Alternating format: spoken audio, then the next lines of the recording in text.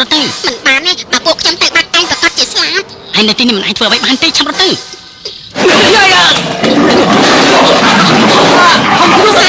មិនអីទេគ្រូចាំប្រាប់ថាឆាប់រត់ទៅខ្ញុំមិនស្លាប់ទេកុំនិយាយច្រើនទៅឆាប់រត់ជាមួយលោកតារបស់ឯងភ្លាមទៅអូឆាប់រត់ទៅលោកតា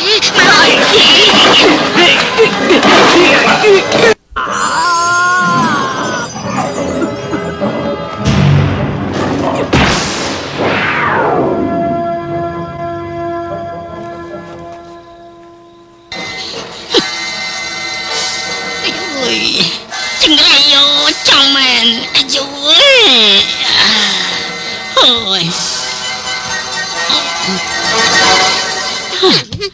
ឯងមិនអីទេស្វាមិនអីទេឯងកុំធ្វើបើជាបកែធ្វើជាបកែស្អីការពិតខ្ញុំបកែណាស់តើខ្ញុំត្រូវហត់ទៅលើវិញទៀតផងណា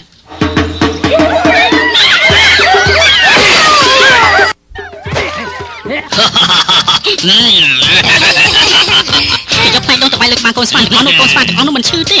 ឈឺណាមិនក៏មិនឈឺកើតអ្នកណាប្រើគេជាស្ដេចស្វាអាក្រក់យ៉ាងនេះទៅហើយអ្នកអាចធ្វើស្ដេចស្វាបានធ្វើជាស្ដេចស្វាមិនល្អទេបកែវាយទៅវាបានហើយអើយលោកតាប្រយ័ត្នផងណាលោកតា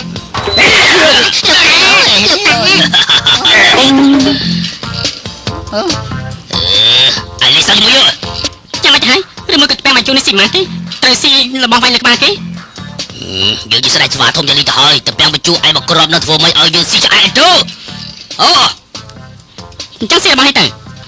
ថ្មម្ដងនេះលេចចូលទៅក្នុងពោះទៅខ្ញុំមិនជឿថាឯងហូបមិនឆ្អែតនោះទេ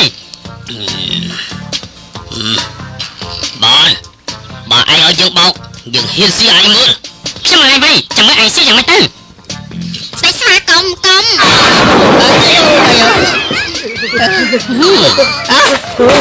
ស្វាស្អីឡាតែខ្ញុំប្រាប់ឯងហើយ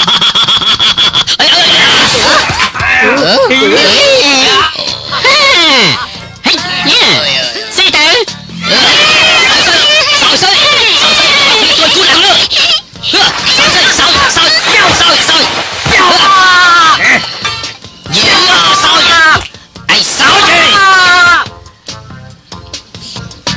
យើងមិនជឿថាឯងមិនធ្លាក់ទឹកទេ